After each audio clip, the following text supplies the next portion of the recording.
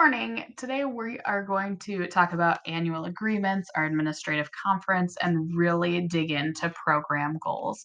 I know buildings are in a variety of different spots with their annual conferences or their administrative conferences and their annual agreements. So we're just going to talk through some basics. As you know, there are some important sections that talk about data and goals, our use of time, our implementation plan to reach our goals, our roles and responsibilities, what's appropriate for us to be doing and what's more appropriate for someone else, and our wants and needs to help accomplish those goals. But the thing we're really going to focus on today is that idea of data and goals and how do we set some solid program goals, especially in this world where, if you haven't heard, we're in a pandemic, and how can we help move the needle for students and our staff. So, program goals are super important because they can help drive your tier one counseling curriculum and programming. They help drive your action plans, which we'll talk about more next week, your tier two team data decision making rules, your tier two interventions, talking points. They're great to use with your admin and other stakeholders and help keep you focused on your why and help you advocate for what's an appropriate thing for you to be doing and what might be more appropriate for someone else.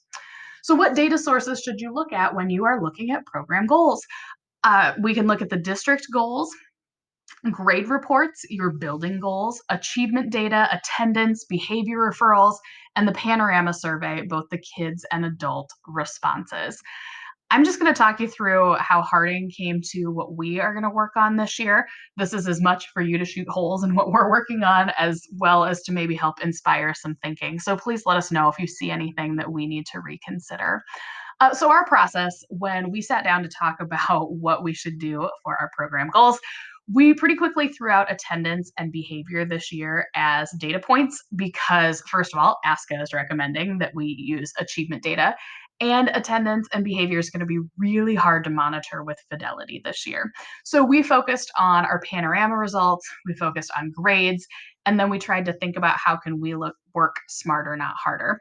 So we came up with our big priorities as increasing an understanding of SEL and building capacity in adults and students at the tier one level, increasing academic success in the classroom by reducing the number of failing grades that students are receiving, and increasing student awareness regarding high school and post secondary options. So, really looking at their hope for the future. So when it came time to write our annual program outcome goals, we really dug down and looked at what can we do, what how can we put some numbers to the idea of reducing the number of students that are failing. So we looked at some of our data from last year and set the idea for each grade that we could reduce that by 10%. And this ties into the board goal of African American males in particular passing algebra by the end of ninth grade. We are going to do this through our core counseling curriculum. It's helped shaped what we are planning there, through our closing the gap or action plans. And then our tier two interventions are going to be shaped around this as well. We also then selected something that focuses on Harding building goals and SEL as well.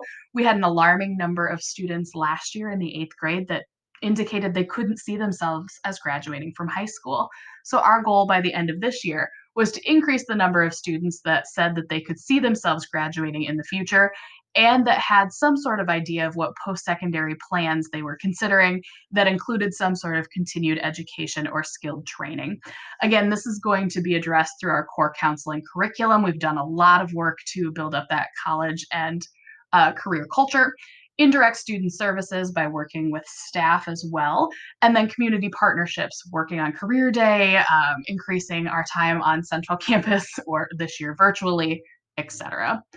So, again, the basic premise of how we arrived at our program goals was we looked at the district and board goals and analyzed our school data and tried to find where was there a gap that we could help fill and that using our skill set we'd be able to help make some change.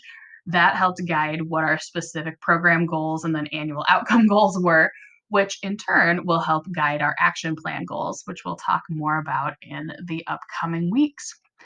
So, what we'd love for you to do before we meet is to take some time, if you haven't already, think about what data sources can you look at that are available to you and try to brainstorm two or three program goals that you think you could make some impact on. If you need support or want to chat, feel free to connect with your PLC leads. We would love to help.